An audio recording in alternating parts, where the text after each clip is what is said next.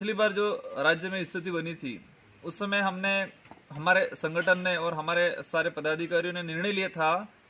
कि लोकतांत्रिक तरीके से जो निर्वाचित सरकार जो बनी है उसको समर्थन देना है। तो हमने इसी बात को समझते हुए हमने गहलोत जी का साथ दिया था, हम उनके साथ थे। और उस संकट के दौरान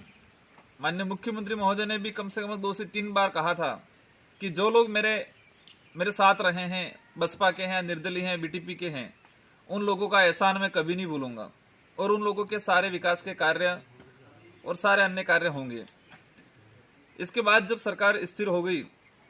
और स्थिर होने के बाद अभी जो हमारे सामने कठिनाई आई, हम ये मानते हैं कि उदयपुर संभाग के जो कांग्रेसी जो नेता हैं वो कहीं न कहीं माननीय अशोक जी गहलोत का दुरुपयोग कर रहे हैं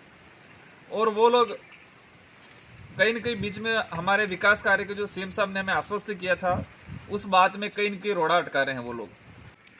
अभी हमारे दो विधायक हैं, हम लोग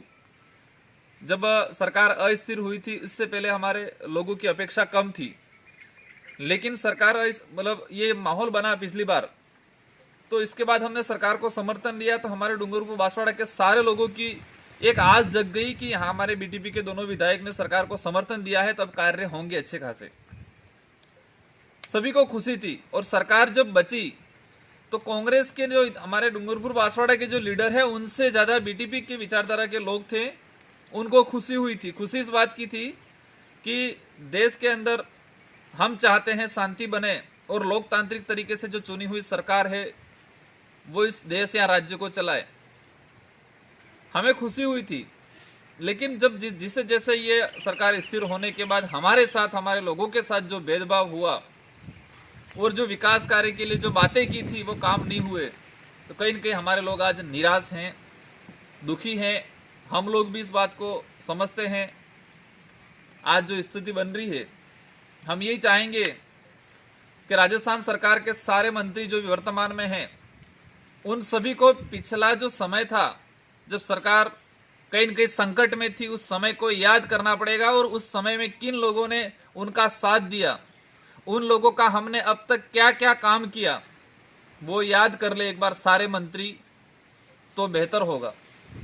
ताकि पता चले कि जो योगदान देने वाले लोग थे उनके साथ आपने इस एक साल के अंदर कितना योगदान दिया उनको। अभी